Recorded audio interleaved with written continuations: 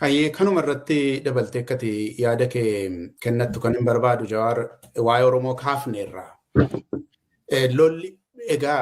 Lolli yoo ka'uu baateyyuu wanti Oromiyaa keessa jiru isa Abiyyi irratti hojjete wanta baay'ee kaafnee haasa'uu dandeenya. Garuu wanti suni dhiibbaa baay'ee waan uumedha. Atiyyuu hin beekta keessa Oromootti waan dhalate. Abiyyi yeroo dhufurraa eegalee itti hixxees waan argite hin qabaatta jedheetan amanaa.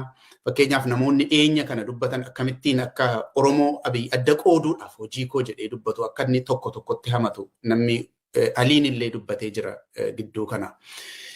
Mee kana ilaalcha keessa galchadhuuti. Pirojektii godhatee Abiyyi Oromoo naannoodhaan tokko walitti buusu yaadatta al tokko galma tokko keessatti walitti qabee waan inni jedhu nuu dhufaa jiru naannoodhaaf amantiidhaan nu qooduu fi kan jettu. Garuu qabatamaatti waggoota 7 darbe keessa kan Oromoo adda qoode tokko naannoodhaan ijoollee ijaaree aangootti kennu, tokko horii kennu, warra kaanitti kaasuu, tokkotti hamachuu, maqaadhuma afaan Oromoollee ciigga'uudhaan afaan Oromoo keessatti kan hin beekamne, afaan Gujii, afaan Baalee jechuudhaan dirree irratti dubbachuudhaan waan keessa Oromoo jiru baay'ee namichi kun miidheeraasin jechuu kooti. Kanaaf harca'iinsa keessa Oromoo jiru waan inni hojjetee fi toora siyaasaa jiru immoo ilaalcha keessa galfadhuuti hiriirfamni siyaasaa keessa Oromoo jiru akkamiin walitti itituu danda'a? Miidhama hamma kana booddee maa inni ilaalchi kee Jawaar? Jecha faranjii tokko jira beekta. Namoota muraasa takka gartuulee muraasa yeroo hamma tokkoof sobuu doongorsuu dandeessa. Yeroo mara nama maraaf gartuu mara sobuuf doongorsuu dandeessu.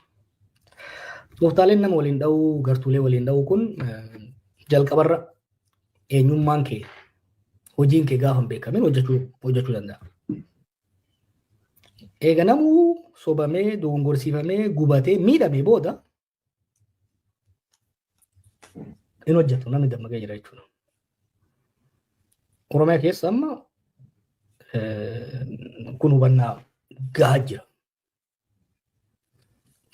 Adeemsi akkasitti nama waliin hojjetee ture bara 2018 2019 20 haga 21tti hojjetee ture amma hin jiru.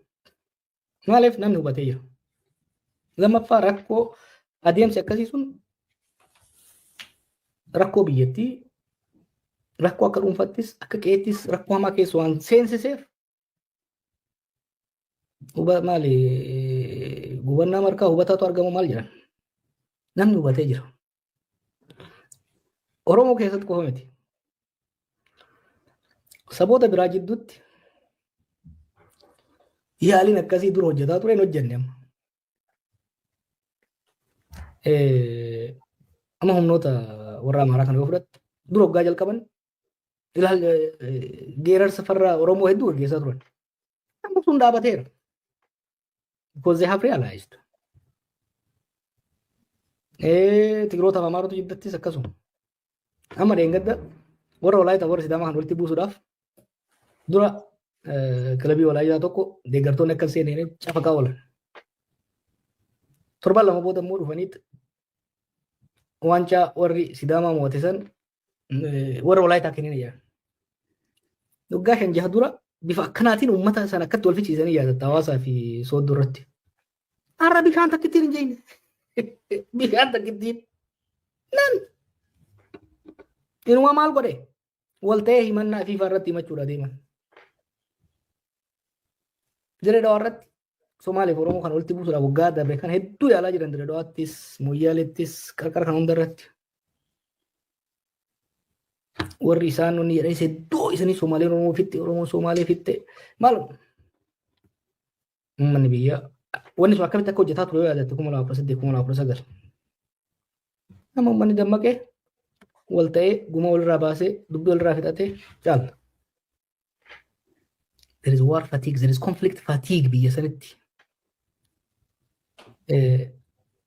A tactic that drags on becomes a drag jan. Qabsoo wanni keessatti. Tooftaan yeroo tokko irra yeroo dheeraadhaaf irra deddeebitee yoo fayyadamte booda baasiti ta'a si fayyadu dhiise baasita. Tactic that drags on too much becomes a drag on you. So amma maali rakkoon amma fi murri sun murnallee jechuun dandeenyu ijoolleen naannoo isaa wanna gaarii horatanii jiru. Sirriitti beeku warra amma waan naaf ati xiinxallu kana dubbachuu sodaatan malee Shimallisis, Adaanachis, Damallaashis, ijoolleen Amaaraas, ijoolleen Somaalees hundi isaanii 99.9% xiinxala naaf ati amma godhuu kan sirriitti beeku. It has ceased to work. Agenda sabummaa, agenda gosummaa, agenda amantii dura gaafite namni fileeraaf godheet wacaanii iyyaa wal lolaa wal ajjeesaa amma faarsee bulaa kana maallaqa itti kennanii maal godhanii agendaa akka godhatu isaa ooluna marsaa hawaasaa kanarra lafarratti homaa waan dhaabjattu jirtu. Because akkuma reefsi hin jee namoota gariif gartuulee garii yeroo amma tokko sobuu dongorsiiftee walitti buusuu dandeessa. Yeroo dheeraa dandeessa. Oromoo jidduutti mooraa qabsoo Oromootti dhiisii adeemsa tooftaa irratti waan adda addaa yoo ta'e malee wanni jiru Oromoon bakka lama jira warri ta'an amma. Warra sirna keessa jiru aangoo achi keessa qabuu fi achirraa waa xiqqoo fayyadamaa jiruu fi warra sirnichi miidhaa jiru. Sunuu amma immoo lamaanuu sirnichi balaa itti ta'aa dhufaa jira. Kasilaa miidhamaa jiru duraanuu miidhama jala jira. Ministeerotaaf jeneraaloota sirnicharraa haga tokko fayyadaman illee yoo taate amma sirnichi it has become more of a liability than an asset. Maaliif jiguuf akka deemu argaa jiru. Social base, political base isaa dhiphachaa akka jiru. Diinagdeen isaa laaffachaa akka jiru. Humni security isaa laaffachaa akka jiru. Humni diplomaasii sirnichaa laaffachaa akka jiru sirriitti beeku akka afaan hin jedhan kanaa miti. Amma sodaa keessa galaa jiru. Sodaan isaanii maali? Namichi kun nu qabee jiguu deema. Waan gamaan gamanaan bocannee harkaa qabanne tana fudhatee deema. Kuffiseet waliin deema. There's a converging point irra gahaa jirra amma. Ati hayyootaa fi qabsaa'ota sirna ala jiran jetta. Warri sirna keessa jirus baafatanii dubbachuudhaaf tarkaanfii fudhachuudhaaf yaadnoo zeeriyat. Mariin naafatamma goonu kun walga'iin godhamnaan yeroo shaayirratti kanuma mareetama. Mana taaziyaatti kanuma mareetama. Charchitti kanan mareetama. Masgiida kanan mareetama qondaalota jidduutti. Gubbaa amma gaditti. Tarii namoota mootummaa deeggaran warra biyya alaatti dhufanii xiqqoon hubanne yoo taate malee consensus has emerged. Haalli kun sustainable miti. Nu caalaa immoo isaantu luus godha beeki. Akka dhuunfatti yoo fudhatte mormituunis ta'e hayyuun ala jiru akkasumas wanni luus godhu jiru. Sirni kuni adeemsi inni ittiin deemaa jiru kun qiletti waan geessu gaaf qiletti seene eenyu caalaa isaantu miidhama. Kanaaf maal haa goonu kan jedhu amma bar waa'ee laafina hammeenya sirna kanaa amma gaafiin yoo ilaalte amma waan amma ta'u jalatti gara keessanis warri amma miidiyaanis yeroo tokko dhufee dhukkee nurraa kaasu warri mootummaa kuni dhuunfaan qaamaan hoggaa agarru yookiin immoo hoggaa wal qunnamnu rakkoo isin jettan bar isin dura beeynaa rakkoo kan amma. We understand. Maal haa goonu kana booda maaltu dhufaa hagayoom eeynaa kan jedhu gaafii jira malee kan biraa irratti Oromoo jidduutti dhiisiitii saboota hayyoota saboota biraa jidduuttis amma tooftaan waliin dhayanii jidduu waa buufachuu sun nama booda hojjetu. Wanti kana sii kaasee fi harca'iinsa amma jiru kana keessatti Oromoodhaafis dantaa isaa eegsifachuun wanta salphaa ta'aa hin jiru siin jechuu kooti. Akkamiin maaltu sitti mul'ata siin? Tokkoffaa toorri siyaasaa jiru tokko duwwaa miti. Oromoo keessaa akkuma beektu. Dantaa Oromoo kabachiisuudhaaf hammam hojjetamuutu raraata. Kunoo amma yeroo wanti abdii qaba jettee hojjetaa turte illee gaaddisa hooggansaa wanti jedhamu tureera. Waanumti akkasiillee amma hin jiru. Akkamiin wanta akkasii hojjechuu danda'a? Oromoodhaaf abdiin gaafuma namichi kun hin deema jedhamillee wanta keessoo kana wanti walitti harkisu, wanti toora tokkotti fidu hojii akkamiitu barbaachisa? Maanni yaada kee Jawaar? Yaaliin kaleessa akka inni hojjechuu baatus waan irraa barannee jira. Fakkeenya gaaddisa fudhadhu. Yaallee adda addaa. Even fakkeenyaa fi marii Taanzaaniyaatti marsaa lamaan godhame araarri yaani sun bu'uura baatus bu'aa irraa argannee jira jechuudha. Waan irraa barannee jira, bu'aa siyaasaa irraa argamee illee jira. Gaaddisa irraas waan barannee qabna jechuudha. Akkaataan kaleessatti hin deemne yaadni isaa gaarii ta'us akkaataan hin deemne nama gaangee taatee wajjin hanna barbaadu turte yeroo sun. Wantoota tokko akkaataan itti hojjechaa turre tactical mistake ture. Kanaaf san sirreessinee hojjetaa jirra jechuudha. Wanni ani siifis uummataafis mirkaneessuu barbaadu tokko sadarkaa xiinxalaa irratti yeroo hedduu wanni an jedhu siyaasa hawaasa tokkootiif dura mataa walitti fiduudha. Jijjiirama jira waggoota baatii 5-6 dabre kan waggaa kana dabre kana keessa faffaciinsi sun irrataa yaadni namaa walitti dhufaa deemaa jira. Garaagarummaan taaktik adda addaa jiraatus amma sun dhiphataa deemaa jira. Hojiileen immoo duubaan hojjetamaa jiran wal hubannaa bira dabarsinee ce'umsi maal fakkaata qaba kan jedhu wal jidduuttis wanti develop godhaa jirru bilcheessaa godhaa jirru jira. Uummatoota biyyoota keenya keessa wajjinis waan waliin hojjetaa jirru jira. San bira dabarree biyyoota ollaatii fi biyyoota fagoo naannoo sana irraa dhiibbaa qaban wajji waggoota 4-5 dabre kan waan hojjetaa jirru jira. Arrii waan nama barsiiftu qabdi taana beeki. Amma gaafa qeerroo san 95% humna qabnu xiyyeeffannaan qabnu kamitti wayyaanee kuufifne ture miti. Amma humna keenya haga tokkollee taatu hojii dippiloomaasiitiif kennuu dhabuun keenya.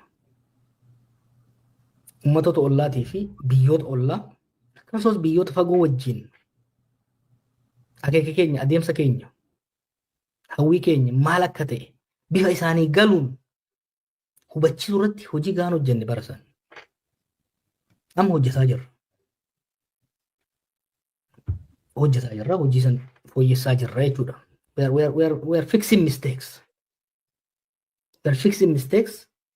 We are correcting some mistakes. Kana itti hojjetaa jirra.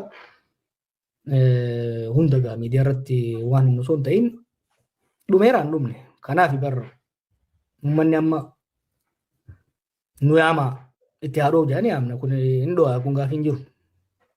Garuu akkuma reebsu hin jee dirsaan dhufaa jira. Duumessi dhufaa jira. Roobni sun xiqqoo akka nurraa tuu wanni godhaa jirruuf wanni fireena qabaa jirruuf hojiileen hojjetamaa jiran kun sammuu namaa walitti fiduu sammuu onneen isaa akka olaman walitti dhiyeessaa deemuu. Hojiin taa'een kan irratti hojjete historic bar. Onnee namaa walitti fiduu irratti sammuu qofa osoo hin ta'in onnee namaa walitti fiduu irratti riskii san hunda fudhatee every word that guy spoke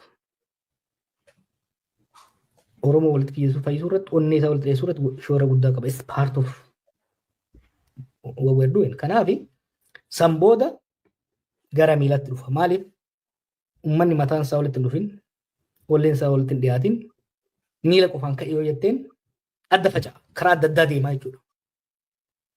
Kanaaf san hojjetaa jirra. Hojiin ni hafa. Because 2018 sirna jiru jijjiiruudha deemne. Har'a sirna akka malee butute baraaru sirna hoggaa siin jiru state baraaru san booda sirreessu. So steppii tokko duubatti nu deebisee jechuun in terms of our objective kana kun hojii duubatti hojjetamu baay'ee jira jechuudha. Hayyee atuu kaaftee Jawaar waa'ee adeemsa ce'umsaa sirni kun gaggeeffamuun isaa waan oolu miti. Mee adeemsa ce'umsaa irraa waan tokko lama haasofnu muuziqaa ce'umsaa wajjin. Hayyee daawwattoota keenya nu daawwachaa jirtaniif galatoomaa marii keenya akkuma itti fufetti jira. Amma abiyyiin garasitti wanta ta'uudhaaf malu wantoota tokko tokko kaafnee haasofna. Amma miidhama jiru gaafa ilaallu muddama biyya keessa jirus hundasaa gaafa ilaallu sirni kuni uummata kana hojii koo jedhee uummata irratti wanti inni hojjetaa jiru baay'ee hammaataa adeemaa jira. Namnis kana warri isaa wajjin jiran iyyuu arganiiruu naan jette. Kanaafi sirni kun akka inni sirna nama fayyadu hin taane sirni dhabama ta'uu qabu akka ta'e namni baay'ee waan hubataa jiru fakkaata. Kana keessatti adeemsatu jira gaafa sirni tokko deemee wanti kan biraan hojjetamu gidduutti yeroo ce'umsaatu jira. Yeroon ce'umsaa kun immoo biyya kanaaf yeroo jalqabaatiif kan ta'u miti. Yeroo baay'ee ta'ee ce'umsi ta'e sun yeroo hundumaa gara demokiraasiitti deemuu dhiiseetu kallattii kan biraa qabata. Lubbuu namaa gaaga'aa, qubsuma namaa dhaqeetu buqqisa, jireenya namaa balleessaa ture kan 1974 yoo fudhatte akka kanadha.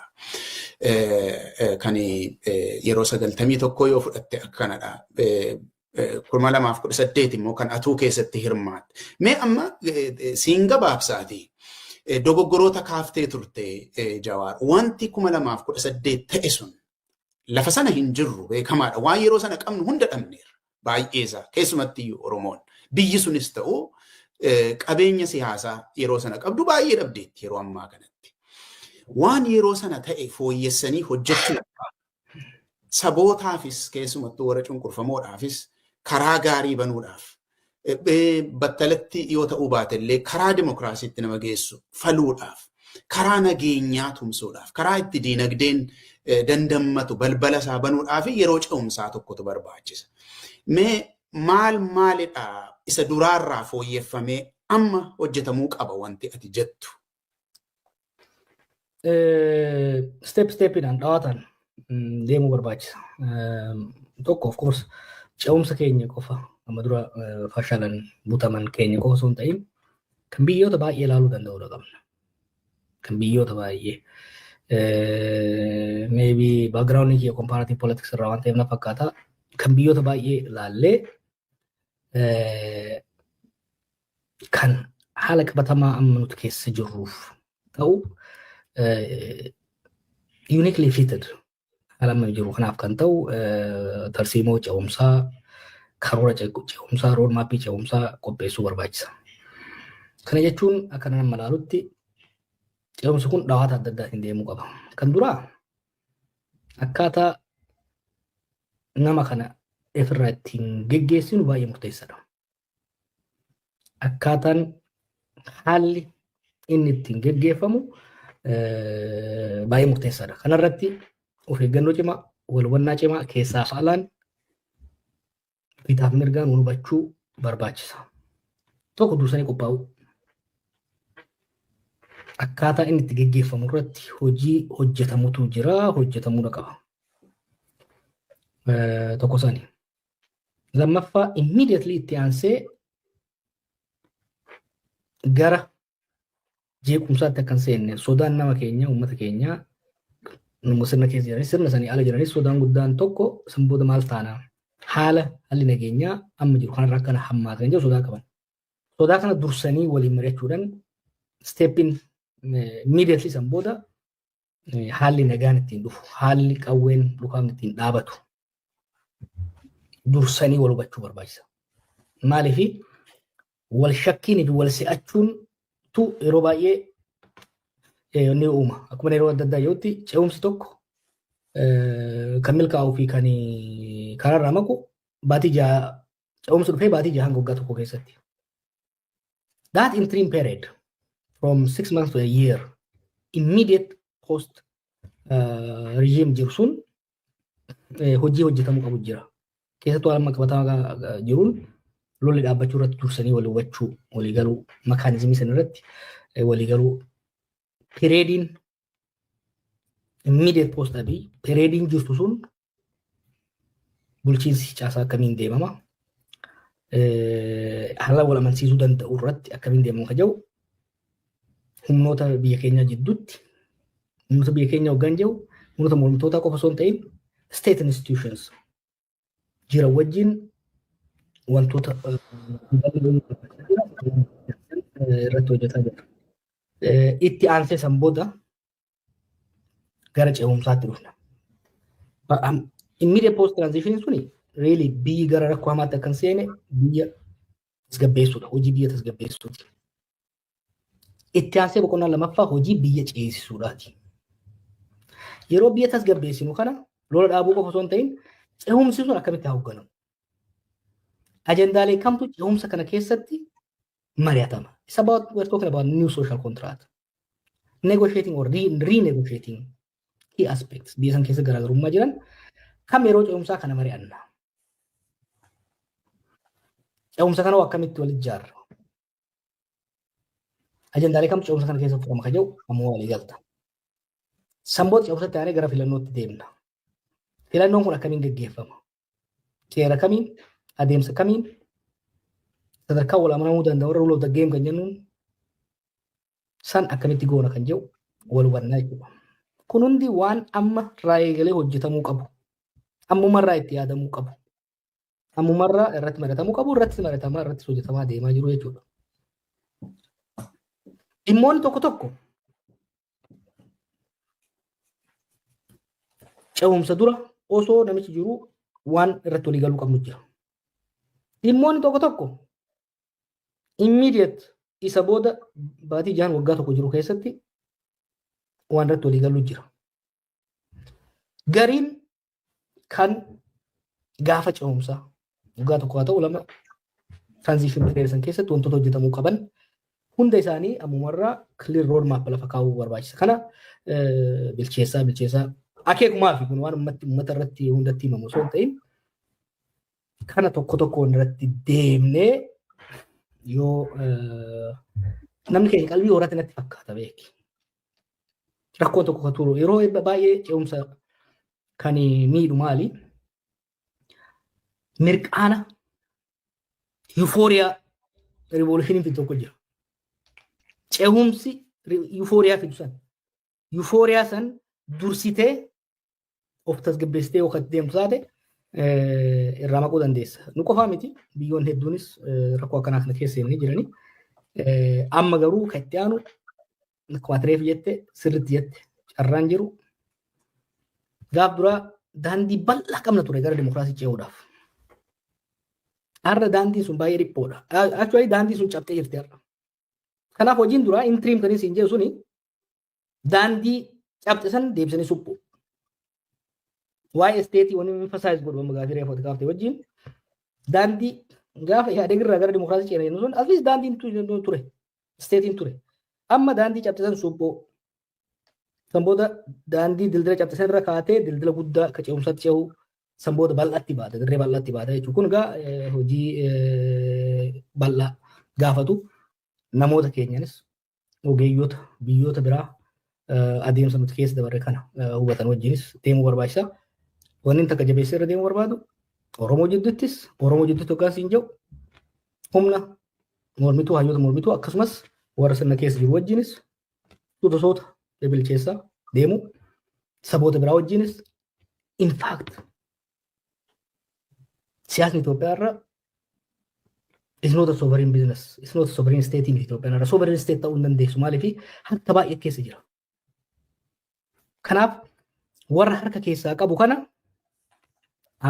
akka fedhii fi akka dantaa akka malee isaaniitti ammumarraa qopheessuu barbaachisaa jechuudha. Hayyee waan amma jedhamu kana keessatti egaa waan lama akkanatti fakkaatutti wal bira deemsuun gaariidha. Tokko milkaa'ina sanaaf yaadanii hojjechuudha. Lammaffaan immoo waa'ee haqaati. Haqni irraanfatamee jennaan ce'umsaaf baay'ee gufuu guddaa ta'uu danda'a. Miidhamni waggoota torban darban kana keessa uummata irratti dhalate kan ati beektudha. Tigraayitti, Oromiyaa keessatti, amma immoo naannoo Amaaraatti haqatu barbaachisaa jechuudha. Haqi yeroo ce'umsaa suni si'iif waan bultuudha moo waan ce'umsaa wajjin hojjetamudha? Wantoota ammumarraa irraa walii galuu qabnu haqi barbaachisaadha.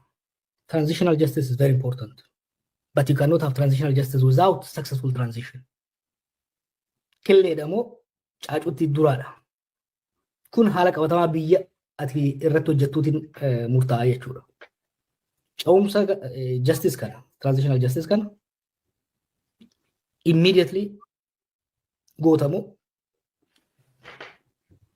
yeroo ce'umsaa yeroo intiriimii san gootamu yeroo ce'umsaa gootamu ce'umsi dhumee heerri waliigalteen heeraa godhamee filannoon erga godhamee booda goota kan jedhu strategically yaaduun barbaachisaadha. Haqni barbaachisaa justice must yakkoota bifa adda addaatiin hojjetaman kana bakka itti godhuun dhugaa galchuu haqallee jedhu dhugaa jechuun dhugaa uummataa galchuu namoota adabuu caalaa dhugaa galchuu irratti hojjetamuu qaba. At what step moodeliin adda addaa jira akkuma beektu kan biyyoota adda addaa jira. Akkamitti irraa aanna jedhu wantoota amma irratti walii galuu qabnu keessaa tokko. Justice must be served, but we have to be very, very wise and we have to be very careful when. Yoo immediately kan gootu taate victor's justice injifan justice yookiin haqa warra injifate akka hin taane.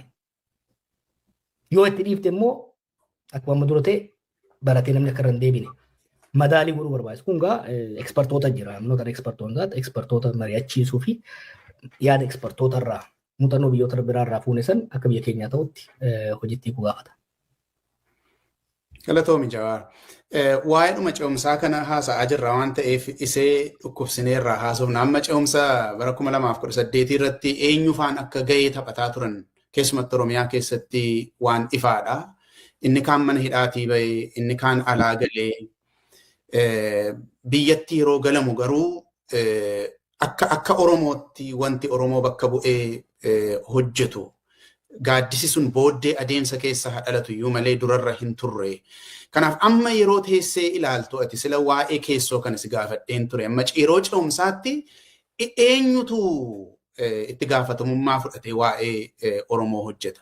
Nuyidha warruma Oromoo hoogganu paartilee warra amma jiran kanaa fi atis warri siyaasaa kan biraan hooggantoota jiranis nuyidha jechuu dandeessa. Wanti inni si gaafachuu barbaade kaleessa yeroo ce'umsaa 2018 ce'umsa isinitti kennannee bishaan nyaachiftanii har'a maaliif isin amannaa yoo ummati isiniin jedhe maanni deebiin kee? Bishaan hin nyaatamne keessaa daa'imni waan baaneef lammata akka hin nyaatamneef immoo muuxannoo qabnaa jechuudha tokko san. Simplistic goote waggaa deebiftu. Laal akkuma isin jee ce'umsa keenya qofa osoo hin ta'in ce'umsa biyyoota biraatis irratti qophaa'uu qaba. Waa'ee gaaddisaa gaafte san dura osoo goone hoo. San dura godhu waan nu dhoorgee jira bara 2018 yaalamee ture. Har'a garuu the fact that naafati qofa osoo hin ta'in bakkoota adda addaatti gaafii ammatti kaaftu kana mana bo'aatti, mana farsootti, mana barcaatti waggaa namni wal amanu wal bira taa'u Oromiyaa keessatti irratti haasa'aa jira. 2017 kan irratti haasa'an ture. Xiyyeeffannoon keenya wayyaanee kuffisuu ture. Wanti siin ajjeefne si jabeessiti. Dawaa sii taati jedhanii. So wantoota silaa hojjetamuu qaban haala adda addaatiin bara kaan hin hojjetamin amma hojjechuu ni danda'ama. The fact that ifatti gaafileen kun ka'anii namoota keenya jidduutti mari'achuun akkuma siin jee dubbiin dura matarratti hojjechaa jirra barnaafatis. Gaafiin kun uummata keessaa dhiibee bahee jira. The fact amma waggaa tokko dura jarri abiis warri kunis ilaa zalaalan binnaa yaada jedhu qaban. Har'a maaliin paarlaamaa akka jedhu namoota maal fiddanii hangaafan kufee warra peeroolii hin qabne warra hojjeteen bahine bakka kiyya bu'aa jarri amma achirratti wal geessan kun na kuffisuu hedduu eega na kuffisan booda immoo waliin ta'anii jechaa jira. Itoophiyaa keessatti the Ethiopian political discourse now is now imposed Abiy. This by itself is an accomplishment jechuudha. Namicha kana booda namichi kun balaadha jechuurra kaane namichi kun kutuuf deema jechuu bira dabarree kana booda hoo dongorri balaan butamuun amma dura nu mudate sun takkaawu biyyoota biraa mudate sun akka nu uumamneef maal godhuu qabna ka jedhu gaafii ta'ee dhufuunsaa tokko qaama rakkoo san furuu keessa tokko kana. Kalammataa immoo eenyu kan jedhuuf Oromoo keessa beekumsa gahaa jira. Hayyuu gahaa jira, muuxannoo gahaa jira. Akka paartittis namni keenya immoo Oromoon faffaca'ame paartii sadii jira bara. Bara kaan amma paartiin nutti baay'atee nu rakkiseemi. Amma paartii sadii jira. Kaafaa'oo, ABO fi WBO jira. Akka paartiitti dhufe. Humnoonni kun immoo 95% if not 99 walwannoo jira. Ata kaaroon namoota jidduu mamaa jechuunis dhiphattee jirti. Irra caalaa Abiif galanni haa ga'u tooftaan isaa namoota walitti dhiyeessee jira. Kan Oromoo jidduu baay'ees rakkisaa irratti fakkaatu. Kun walitti ititaa deemaa jira. Waan hojjetamaa jiru jira walitti ititaa wannaadhaan deemaa jirra. Ka warra biraa wajjinis hojiin hojjetaa jiru jira jabaateetti fo'achuudha. Hayyee waa'ee tumsaa atuu erga kaafteeti tumsi walii gochuun kun amma kan Oromoo keessaa akkuma silayyuu kaafne wal hubannoo guddaatu jira amma jechuun namichi kun wanti inni Oromoo irratti hojjete inni hin beekne illee akka baru waan taasise waan baay'ee qaba warri kan saatii isa bira jiran illee hamaa inni hojjetu yeroo itti baran keessa jirraasiin jechuu kooti. Oromoodhaa alatti tumsi jiru fakkeenyaaf warra riphee loltootaa gidduutti paartii Oromootii fi paartii warra kaan gidduutti tumsi dhalachaa jiru waan abdachiisaa fakkaata gaafa ilaaltu namicha kana ofirraa darbachuudhaaf gara ce'umsa abdachiisaa ta'e tokkotti adeemuudhaaf wanta ija godhachaa jiru hin fakkaata. Abiyyis gidduu kana miitaniittu jedhee komateera. Saayibarii irratti wal geessanii. Tumsi kun daangaa qabaasii fi eenyutu eenyuun tumsuu qabaa yoo namni wal tumsuu hin qabaanne jiraate hoo daangaa qabaase biratti waa'een tumsaa amma maal fakkaata akka yaaddutti? Yaallee jirra warra biyya sanatti yaalameera. Garee kaan keessaa hambisanii lama ol ta'ee ka sadaffaa keessaa ari'uun afur ol ta'ee ka shanaffaa keessaa hambisuun yaalamee jira. Hin hojjenne bala manutti dhalisuun. Kanaaf tumsalleen jedhuun ani wal hubannaa hirmaannaa ce'umsa keessatti ce'umsa hunda hirmaachise. Hunda hirmaachise qabaachuu qabna abaluu keessaa hafuu qaba kan jedhu sun hin ta'u. Garuu immoo wantoota walitti nu fidan basic principles irratti. Basic principles kanaafis hin jedhe. Sirnicha kuffisuu sirnallee ta'uu baatu namicha qaarsuu qofa osoo hin taane namicha booda humnoon hidhatan qawwee harkaa qaban shoora akkamii qabaatu. Nagaa buusuun dursa kennama jenneera. Nagaa buusuudhaaf callisanii qawwee lafa hin kaayan. Gara humnoota siviilitiin maal yoo ta'e humnoonni hidhatan kun qawwee lafa kaa'u. Yoomoo lafa kaa'u adeemsa kamiin kan jedhamu mari'ata hubatamuu danda'udha qabaa jechuudha. Dhimmoota gaafilee siyaasaa fakkeenyaaf garaagarummaa siyaasaa jira humnoota siyaasaa gidduutti. Garaagarummaa kanneen keessaa ajandaalee irratti waliin galle keessaa tamtu har'a walii galamuu qaba. Tamtu hoo boru bulfamuu qaba. Boruun sun yoomi kan jedhu. Ammoo walii galuu qabda. On adeemsa irratti makaanizimii irratti walii galaa deemuu danda'udha qabda jechuudha. Kanaaf hunda hirmaachisuun barbaachisaadha. Hunda hirmaachisuun barbaachisaadha. Akkamitti hirmaachifna ka jedhu waan televizyiinaaf ta'u miti waan pirinsipilii tokko hunda hirmaachuu qaba. Hirmaannaan kun garuu namuu achi waan akkasii keessatti hirmaachuudhaaf wantoota fudhatu qabu jira jechuudha. Wantoonni sun maali kan jedhu marii cufaadhaan kan gaggeeffamaa jirudha. Hayyee sila waan tokko kaaftee turte Abiyyi qaamolee Amaaraa jala dhokatee lola Tigraay irratti erga banee raate isaaniin bittinneessee deebi'ee lola irratti banee amma immoo Oromoo gidduu dhokachuu dhufee kan jedhu kaaftee turte. Amma propagaandaa Abiyyii fi hiriyoonni isaa afuufan keessaa tokko dhuguu kaabaatu nutti dhufaa jira kan jedhudha. Wal ta'anii nutti dhufaa jiranii kan jedhu caasaadhaanis darbanii keessaanis al tokko immoo cinaachaanis miidiyaadhaan wanti dubbatamuu kun hin jiraata. Oromoon akka yaadda'u qobaatti ba'e yaaddoon akka itti dhalatu yoo Abiyyi deeme salphinatti isinitti dhufa. Amma ulfina keessa jira waan ta'eef jechuudha. Hin rakkattu. Bulguu isin nyaatutu isinitti dhufaa jira kan jedhu. Bulguun kaabaa jira har'a Jawaar. Bulguun eenyu akka ta'e taa'ee gaafatta gaafa biraa. Look. Nuyi Amaara Tigre Somalee. Abii duras turre bara. Abii duras wal lollees beeyna. Waliin lollees beeyna. Wal cunqursinees beeyna. Wal rakkabsoofnee walis mo'annee beeyna.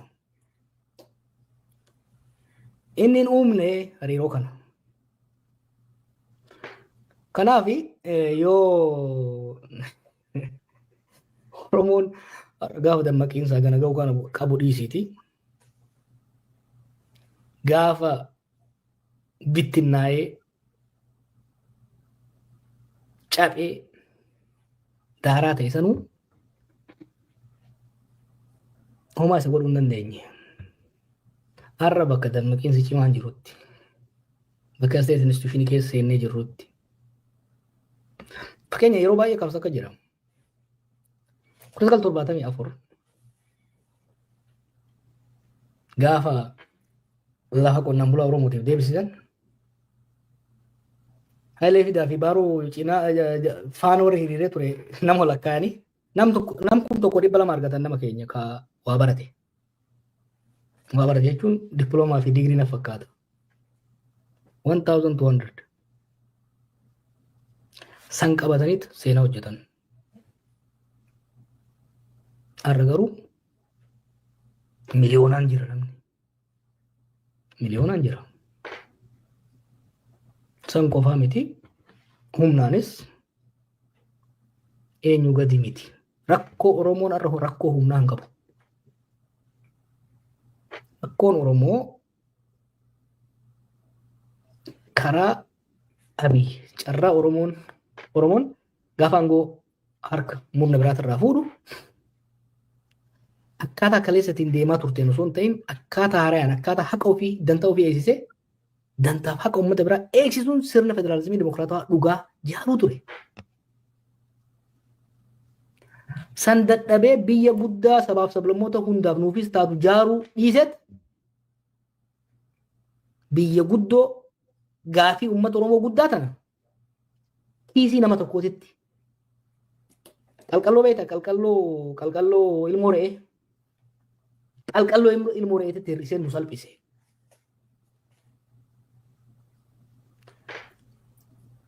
Abiy Oromoon kan salphatuu itti fufu tuffatamuun isaa kan itti fufu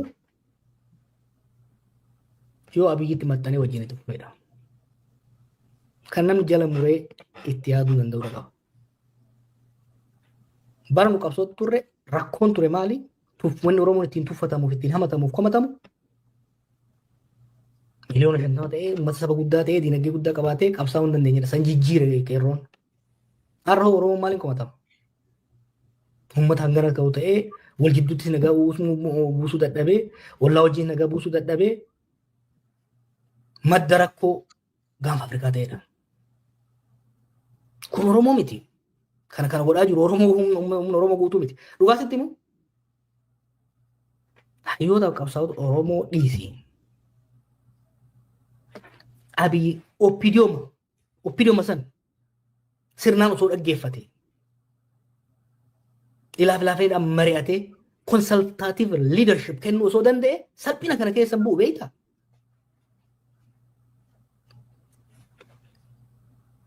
Takka waa beekuu qabda.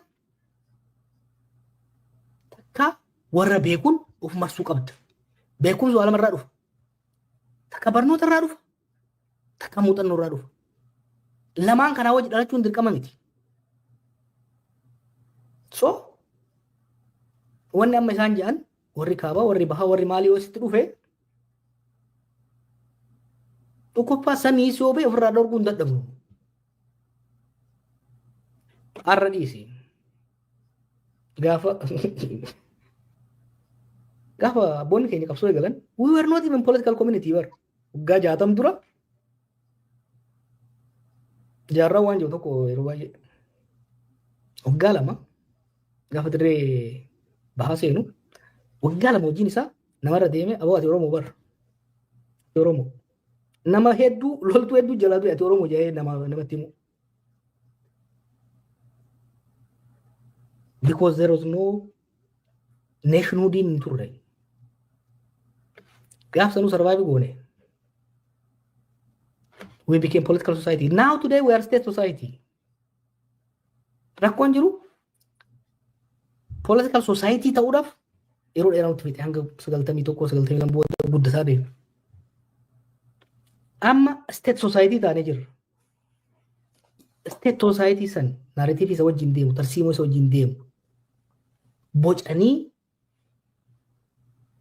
uummata Oromootii fi uummata Itoophiyaa hoogganuutu rakkoo itti ta'e biyyatti. Maaliif? Tokkoffaa qabsoo Oromoon hubatu. Eessa akka itti kaane. Politikaa biyyaatii fi naannoo sanillee hubatu. Shira nan beekaa maal jennoo. Siyaasa keessa shirri imaammata gaafa ta'e baddeertaati. Reefu si kaasee bara. Shirri taaktik ta'uu danda'a gara gadiitti. Gaafa shira sadarkaa imaammatatti fudhattee because you don't have any policy. Gaafsa rakkoo keessa seentaa jechuudha. Kanaaf yaadni amma akkasii ta'an nama sodaachisuudhaaf deeman. Kuni maal fidaa? Defeatist nationalism fidaa. Hysteria namatti fida. Waan tokkoon dubbadhaa. Namni keenya sirriitti dhaggeeffatee of eeggannoo waan godhuuf. Biyya Rwaandaa kana keessa uummata Hutuu jedhamu ture.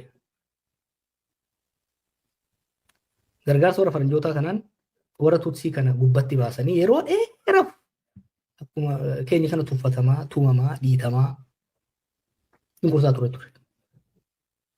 Bara 1959 warraaqsaan aangoo qabate.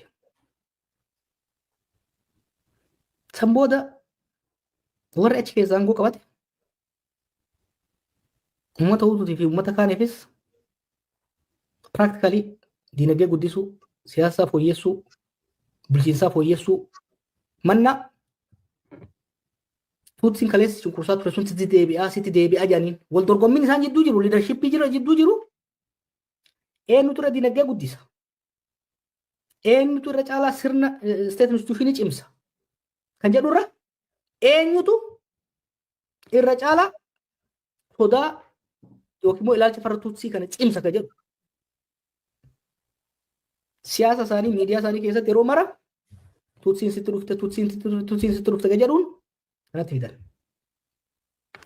Maal ta'e san booda hoggansi hojiidhaan administrative efficiency, policy excellence, leadership merit, competition instead of merit, it became based on conspiracy. Merit based leadership kennuu dadhabeet eliitiin hutu conspiratorial ta'e, jibba ta'e, progressive nationalismitti ce'uu dadhabanitti reactionary nationalismitti gad deebi'an. 1994 maal ta'e kun? Dinagdeen harkaa kufe. Sekiruutii cimaa ijaaruu hin dandeenye. Gaafa mo'aman uummanni sodaan mataarratti dhaaree onnee keessa seene sun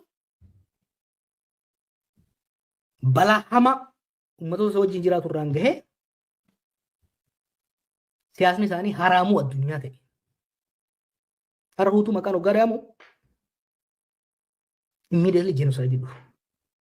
Kun waan 94 ta'e miti. 59 irraa kaasee hoggansi Hutuu dinagdee guddisuu, siyaasa guddisuu, dippiloomaasii cimsuu mannaa sitti dhufanii siyaasa sitti dhufanii jechuudha. Abiyyi fi ijoolleen isa bira jiran har'a dinagdee guddisuu mannaa waan jirtu saamu. Security cimsuu mannaa dhaadannoon jeneraaloonni kun akka isaan ciman gochuu mannaa korrapshinii keessa galche.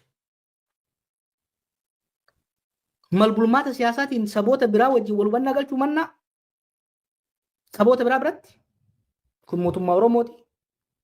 Baalagizee waan jedhuuf Oromoo biratti kun mootummaa keessatti dhufaa jiran jedha. Kuni uummata Oromoo gatii hamaa kafalchiisa. Oromoon qabsaa'eef qaba. Eenyummaa isaanii kabajamu. Qabeenyi isaarratti abbaa ta'u, ifiin bulchuu, biyya immoo ollaa wajjin waliin bulchuudha. This comes through merit-based leadership. Dorgommiin wal jidduutti goonuu fi ollaa biraa wajjin goonuun dandeettii bulchiinsaa, dandeettii diinagdee guddisuu, dandeettii humna nageenyaa cimaa ijaaruu, dandeettii dippiloomaasummaa gahumsa qabu qopheessuu, hogganni gara fuulduraaf innus barbaarii bilicicitti amanu osoo hin taane piraaktikalii jireenya ilma namaa kan guddisu. Hariiroo uummata fiitii fi ollaa jidduu jiru jidduutti wal hubannaanii fi cooperation akka cimu godhu. Competition Oromoo jidduus ta'uu qabu. It has to be based on merit. Jarri kun garamitti hidhuu yaadaa jiru? Eenyutu kaaba kibba baha jibba. Nuyi bar cunqursaa jibbine malee kaaba jibbine. Cunqursaa murni kaabaa dhufaa ture jibbinee irratti mincile uummanni keenya.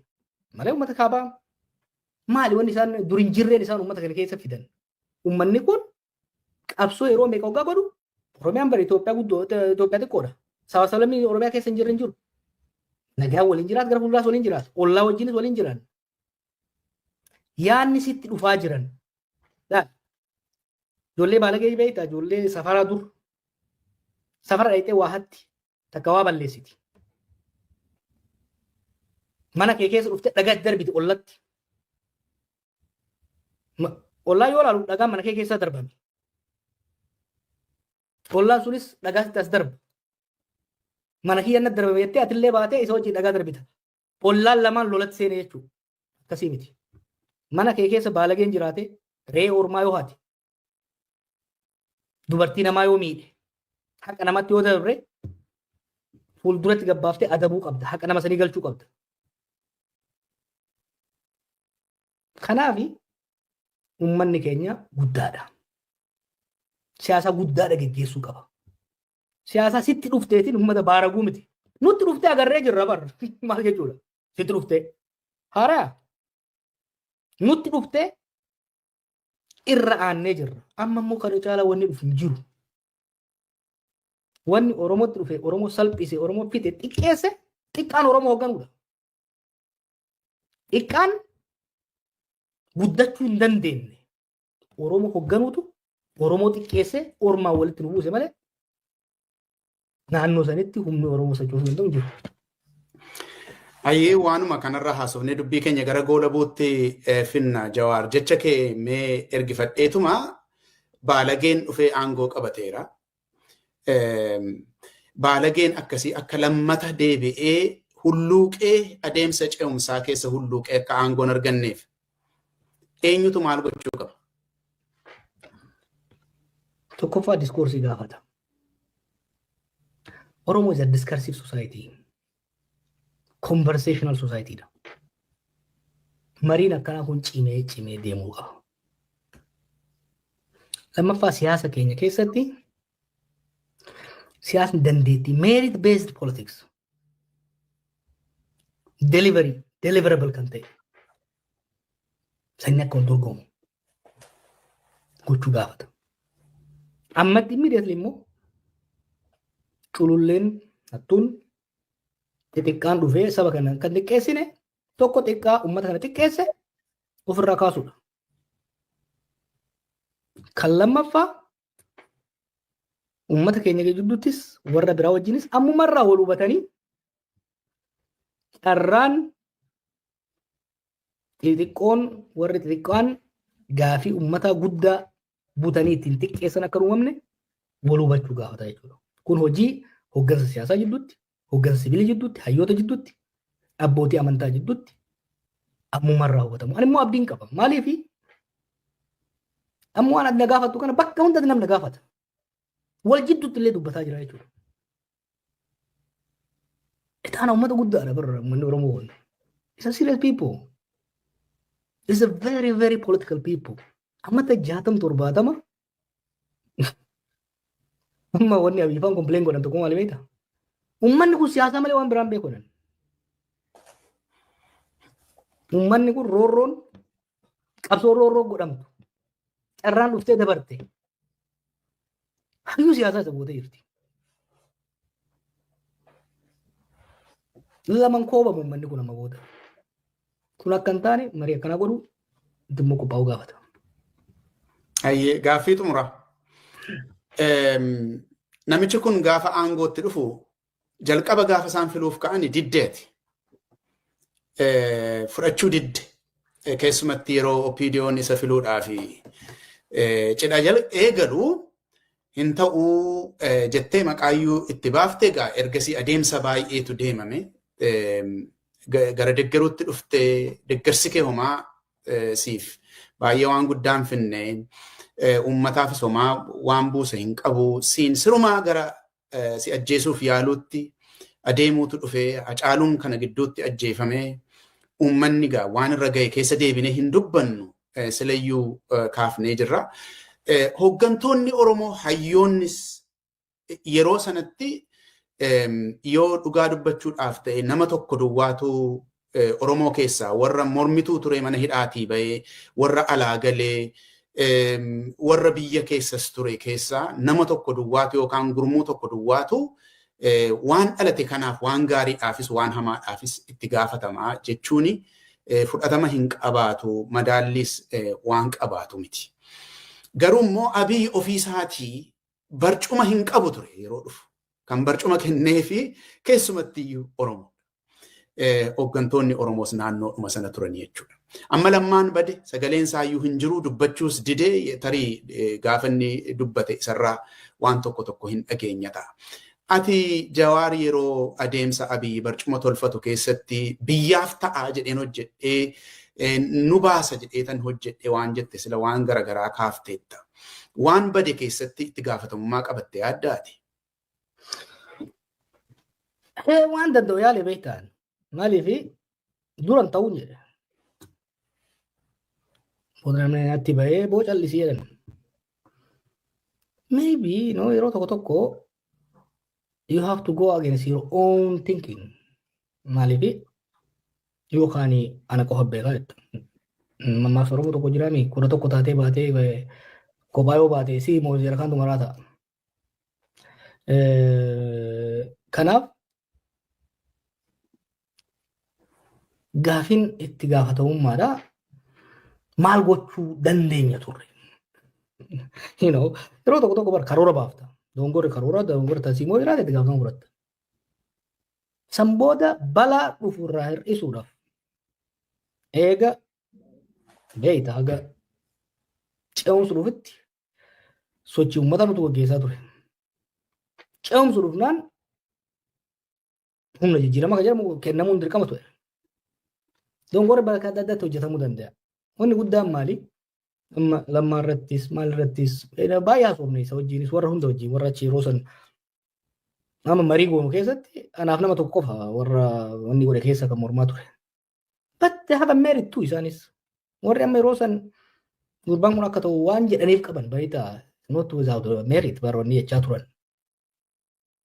Namni kun dargaggeessaa ambishinii guddaa qabaa. Ilaalcha isaatiin saboota biraas hawwachuu danda'a waan jedhan qaban baay'ee waan nu dhiyeessantu ture yeroo san nuti fudhatin malee. Adeemsa keessa wanti yaadame akkasitti milkoofne. Wanni guddaan I think gara fuulduraa irratti tokko waan kaleessaa irraa barachuu. Haalonni gaafsan turanis har'a waan hin jirreef haaloo san sirreessaa deemuudha. Kan lammaatis I think isa qofaa miti. Lammaa qofaa miti. Warri sirna keessa jiranis kan dongoroota badii carraa dabarsanitti gaabban kan sirreessuu barbaadan baay'ee jira. Wal quba qabna. Dhawaataan dubbiin bilchaataa deemtuun qooda isaanii taphatan jedheen abdadha. Galatoomi Jawaaraan gaaffiinsi gaafachuu barbaadu xumureetan jira. Anaafate amma yeroo haasofnu kanatti yeroo ammaa kanarra dhaabbattee uummata keenyaan kanan jechuu barbaada kun na hafeera hayyootaanii warra siyaasa Oromoo hoogganuun warra meeshaa baatuun illee hundumaan waanan jedhuun qaba kan jettu yoo si hafe jiraate an gaaffii koo xumureera. Maaltu adaree isaa lama dheeraa haasofne tokko uummanni keenya. Let's take a long shot of our journey. Haalota ji'a kana, waggaa torba qofa ta'anii irratti yoo xiyyeeffanne waan abdii nama kutachiisa baay'ee jira. Waan hamilee nama cabsa baay'ee jira. Garuu immoo bakka irraa kaan irraa ilaaluu qabna. Abbootiin akaakayyoota keenyatu waan kana eegalee akkuma reefu siin jee dukkanatti jaba baasanitti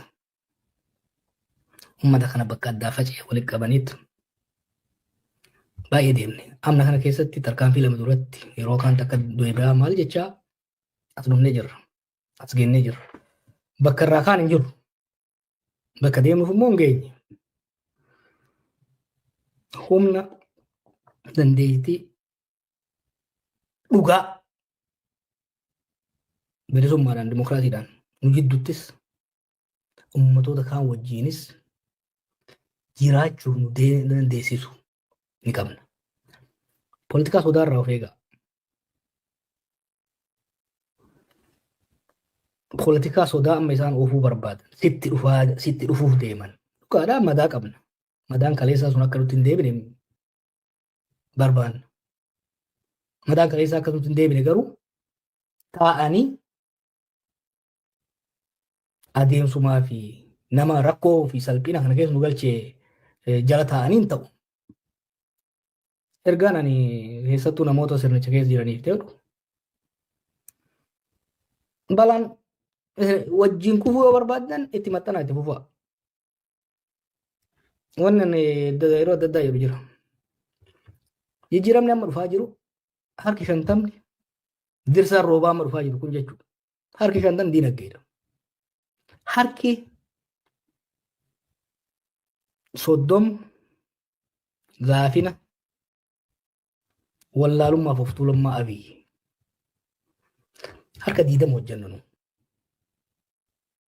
Harka 72 sadaffaa ofiinuu deemaa jechuudha. Qaama kanaa ta'uu tarree duraa irratti hiriiruu danda'uudha qaban warri sirna san keessa jiran. Warri sirna san keessa amma fayyadamaa jiran maxxananii turran warra hunda caalaa miidhamuuf ta'uuf deeman. Ilaala warra amma dura aangoo sanarra ture waan isaan ta'an warra sirna wajjin akka malee maxxane waan isaan keessa seenan. Warri haga dhumaa itti rarra'e maal keessa seenan?